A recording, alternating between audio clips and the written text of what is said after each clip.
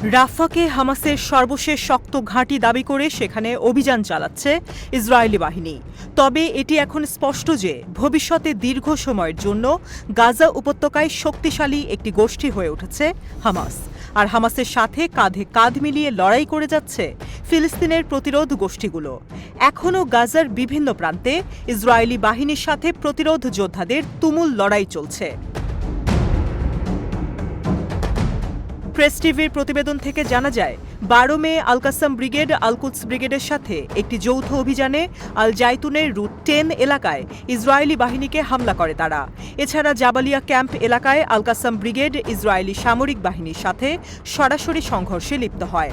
বিভিন্ন ফ্রন্টে তারা ইয়াসিন 105 শেল ও মর্টার শেল দিয়ে ইসরায়েলি বাহিনীর উপর হামলা চালায়। এতে মেরকাভা ট্যাঙ্ক ধ্বংসসহ বেশ কিছু ক্ষয়ক্ষতির খবর নিশ্চিত করা হয়েছে। একটি জটিল অপারেশনে তারা রাদিয়া বিস্ফোরক দিয়ে ইসরায়েলি সামরিক ট্রুপ ক্যারিয়ারকে টার্গেট করে। এছাড়া আল মাভু সাইটের ভিতরে ইসরায়েলি সেনা এবং তাদের সামরিক যানবাহনে তারা বোমাবর্ষণ করে। অন্য একটি ফ্রন্টে অধিকৃত পশ্চিম তীরের জেনিন শহরের পশ্চিমে দখলদার বাহিনীর সালেম সামরিক ক্যাম্প লক্ষ্য করে গোলাবর্ষণ করে আল কাসাম ব্রিগেড। একই সাথে সেদরাতের অবৈধ বসতিতে রকেট হামলা চালিয়েছে তারা। রাফা ক্রসিংয়েও ছিল তাদের যোদ্ধাদের উপস্থিতি। সেখানে ইসরায়েলি সামরিক বাহিনীর সমাবেশ এবং যানবাহন লক্ষ্য করে ভারী ক্যালিবার মর্টার শেল দিয়ে বোমাবর্ষণ করে তারা।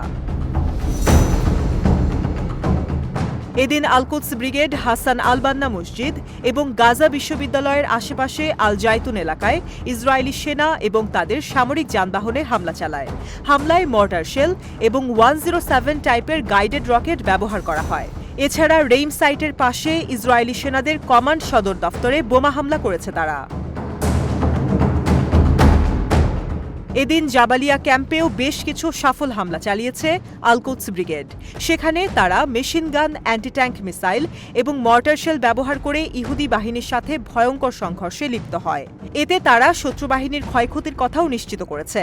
রাফাতেও ভারী সংঘর্ষে লিপ্ত হয়েছে ব্রিগেডের সদস্যরা। এছাড়া আল কাসাম ব্রিগেডের সাথে একটি যৌথ অভিযানে ইসরায়েলি সেনাদের ওপর মর্টার শেল দিয়ে তারা বোমা হামলা করছে।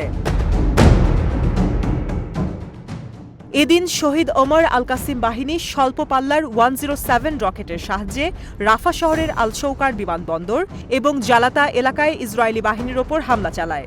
নেট জারিমেও এদিন সফলতা পেয়েছে তারা। অন্যদিকে জাবালিয়া ক্যাম্পের দিকে অগ্রসর হওয়া ইসরায়েলি বাহিনীর সাথে সংঘর্ষে জড়ায় আল নাসের সালাহ আল দিন ব্রিগেড।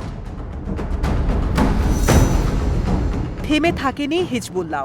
লেবানন সীমান্তে নিয়মিত হামলা চালিয়ে গেছে তারা। এদিন পূর্ব সেক্টরে স্থানীয় সময় দুপুর 2টার দিকে গাইডেড মিসাইল দিয়ে হোনেন ব্যারাকে হামলা চালায় তারা। এর পরের হামলাটি করে বিকেল 4:30টার দিকে শেবাই জিবদিন সাইটে। এছাড়া পশ্চিম সেক্টরে সন্ধ্যা 7:30টার দিকে হামলা করা আল মালিকিয়া সাইটের টার্গেট ছিল ইসরায়েলি নজরদারি ঘাঁটি।